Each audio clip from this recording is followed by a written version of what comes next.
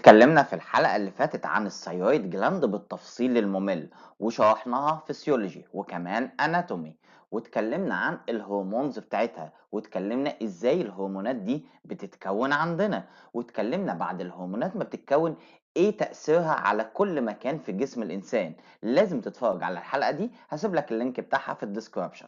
حلقة النهاردة هنتكلم فيها عن هرمونات الغدة بالتفصيل، واول هرمون معانا وهو التي 4 هنشرحه بكل اسراره، فركز معايا وكشكولك وقلمك وكوبايه القهوه بتاعتك، ويلا بينا ندخل في حلقه النهارده. بس قبل اي حاجه، لو انت اول مره تشوفني ما تنساش تعمل لايك للفيديو، شير للقناه وسبسكرايب عشان يوصلك كل جديد. معاكم كابتن انس.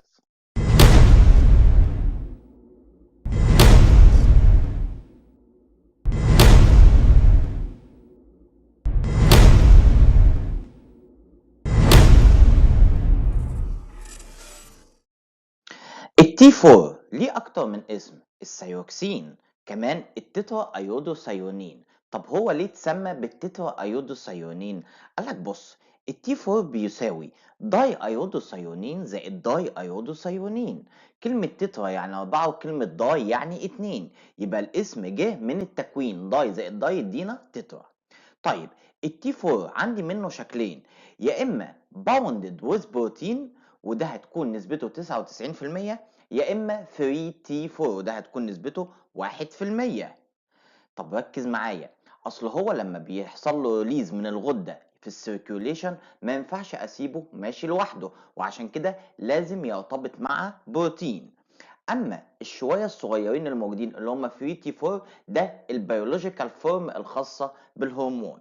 النسبه الطبيعيه عندنا للتي 4 من 5 ل 12، وللفري تي 4 من 93% ل 1.7. احنا قلنا الهرمون ده لما بيحصل له سيركيوليشن هيبقى باوندد وهيبقى فري، فالتوتال تي 4 عندي منه باوندد هرمون وفري هرمون. هيمسك مع بروتين بنسبة 99%. طب ايه نوع البروتين اللي هيمسك فيه؟ قال لك ثايروكسين بايندينج جلوبولين اللي هو التي بي جي بنسبة 70%، وثايروكسين بايندينج البيومين بنسبة 15%، وثايروكسين بايندينج بري البيومين بنسبة 15%. طب هو ليه باوندد بكمية كبيرة جدا؟ قال لك لأن الهرمون ده لو سيبناه لوحده ماشي في الدم الجسم هيتخلص منه عن طريق الكدني، وبناء عليه لازم يبقى فيه كارير بيشيل الهرمون ده يوديه للمنطقة اللي هيشتغل عليها. دلوقتي هعرفك ازاي بيتم انتاج هرمون التي 4 جوه جسم الانسان، فركز معايا عشان اشرح لك الحكاية بكل بساطة. انا عندي غدة اسمها الهايبوثالاموس. الهايبوثالاموس او غدة ما تحت المهاد بتنتج لينا هرمون التي ار اتش. هيجي بسرعة يخبط على البيتيوتري جلاند، يقول لها بعد اذنك طلعي لي هرمون التي اس اتش. في ايه يا عم، ايه اللي حصل؟ اصلا انا عندي نقص في هرمون التي 4 ومحتاج انتاجه دلوقتي حالا. التي اس اتش يتم انتاجه من البيتيوتري ويطلع يجري بسرعه يروح للثايرويد جلاند، يخبط عليها طلع لنا تي 4 طلع لنا تي 4. تبدا الثايرويد تكون التي 4. حلو الكلام. طب طلع التي 4 في السيركيوليشن عندنا، نسبته هتزيد لو احنا سبناها سبهلله كده. فنعمل ايه؟ قال لك هنعمل كنترول على انتاج التي 4. ازاي بنعمل كنترول؟ قال لك عن طريق الهرمون نفسه. لما بيزيد نسبة هرمون التي 4 عن المعدل اللي انا محتاجه بيتم التحكم فيه عن طريق النيجاتيف فيدباك، وهنا عندي لونج وشورت. فركز معايا، البيتيوتري قريبة من الثايرويد، ده اسمه شورت نيجاتيف فيدباك. فيطلع التي 4 يخبط على البيتيوتري يقول لها بعد اذنك كفايه انتاج تي اس اتش، ويطلع لونج يروح للهايبوثالاموس يخبط عليها يقول لها بعد اذنك كفايه انتاج تي ار اتش. يبقى التي ار اتش لما يقف هيوقف انتاج التي اس اتش، هيوقف انتاج التي 4، وبكده يكون تم انتاج التي 4 وعملنا كنترول عليه عن طريق النيجاتيف فيدباك. امراض الغده نوعين: هايبرثايروديزم وهايبوثايروديزم. بيتم التفريق ما بينهم عن طريق قياس الفري تي 4 او التوتال تي 4 زي ما هتقيس في المعمل، بالمزامنه مع هرمون التي اس اتش. دايما التي اس اتش مهم جدا في تقييم امراض الغده. امتى بيزيد هرمون التي 4 في الجسم؟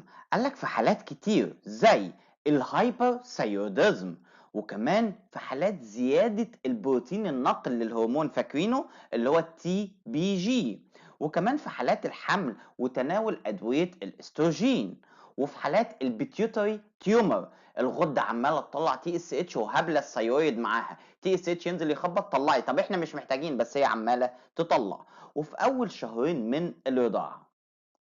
امتى بيقل انتاج هرمون التي 4 عندنا؟ ركز يا سيدي، في حالة البرايمري هايبوثايروديزم والسكندري والتيرشري هايبوثايروديزم والنفروتيك سندروم. تعال اشرح لك الموضوع.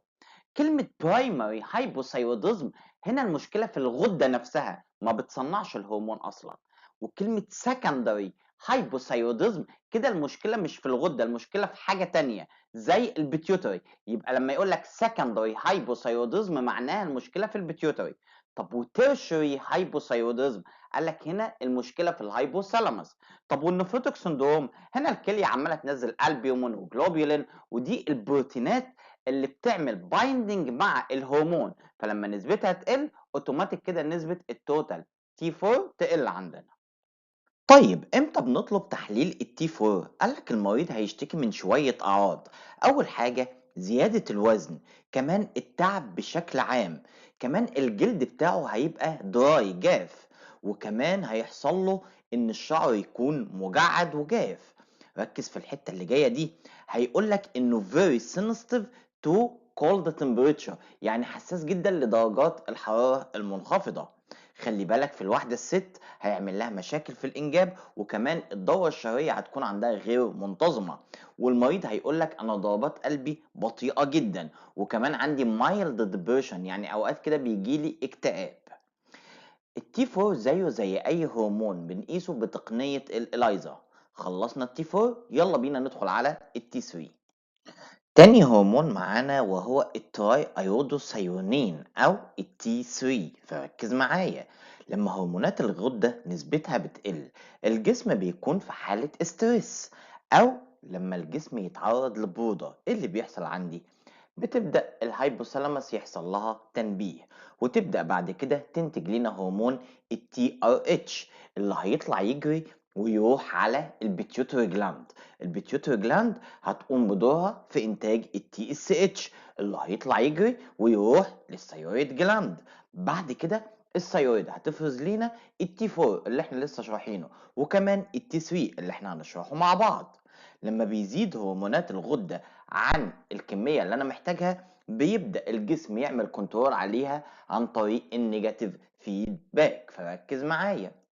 الثيرويد طلعت كمية التي 3 والتي 4 اللي الجسم محتاجها، هنسيبها شغالة كده عمالة على بطال؟ قال لك لا، ده احنا هنعمل لها نيجاتيف فيدباك، هنعمل لها كنترول. ازاي؟ لما بتزيد نسبة الهرمونات بتطلع اوتوماتيك تروح للبيتيوتري جلاند وتقول لها بعد اذنك وقفي انتاج التي اس اتش، وتطلع للهايبوثالاموس وتقول لها بعد اذنك وقفي انتاج التي ار اتش. فلما يقل انتاج التي ار اتش هيقل انتاج التي اس اتش، وبالتالي الستيميوليت اللي كان بيحصل للثيرويد جلاند هيقل، وبالتالي هتقل نسبة هرمونات التي 3 والتي 4، وده اسمه النيجاتيف فيدباك.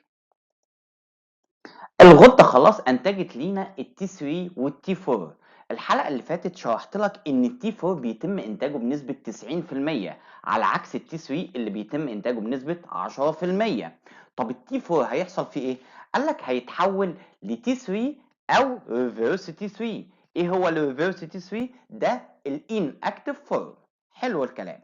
بعد كده التي 3 لما يتم انتاجه وهو في السيركيوليشن مش هينفع يتساب لوحده، ولكن هيحصل له باوندد ويز بروتين، هيتحد مع بروتين ده الكارير بتاعه اللي هيشيله يوديه للمناطق اللي احنا محتاجينه فيها.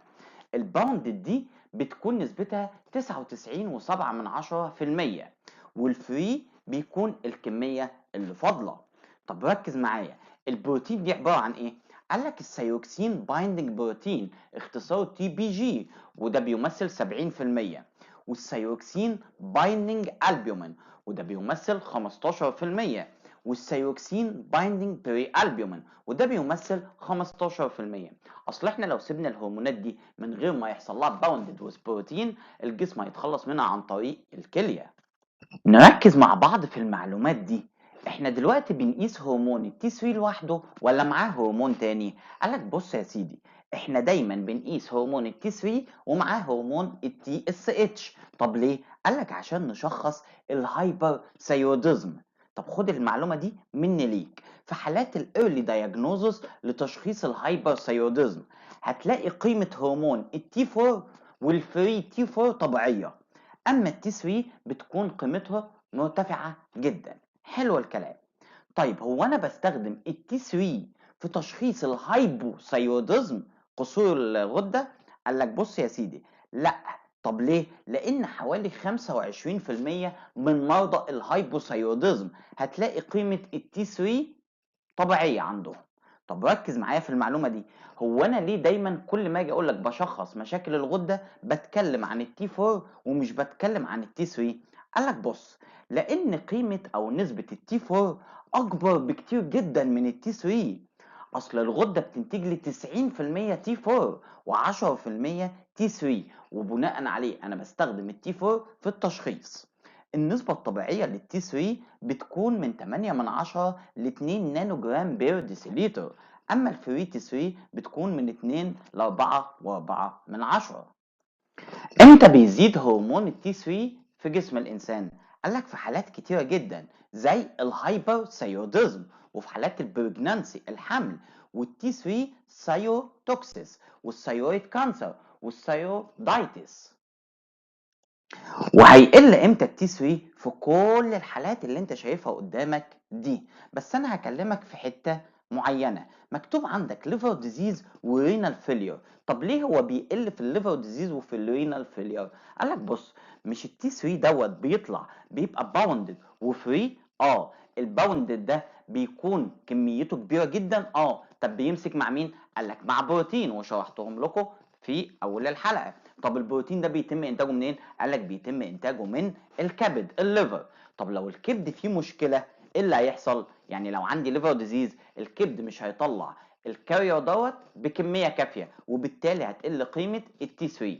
طب ليه الرينال فيلير؟ قالك بص يا سيدي، انت دلوقتي الكبد سليم وطلع البروتين بكميه كافيه، لما بيحصل مشكله في الكليه بنفقد البروتين في اليورين، فهتقل نسبه البروتين، وبناء عليه هيقل قيمه التي 3. وهنا انا بتكلم عن التوتال تي 3.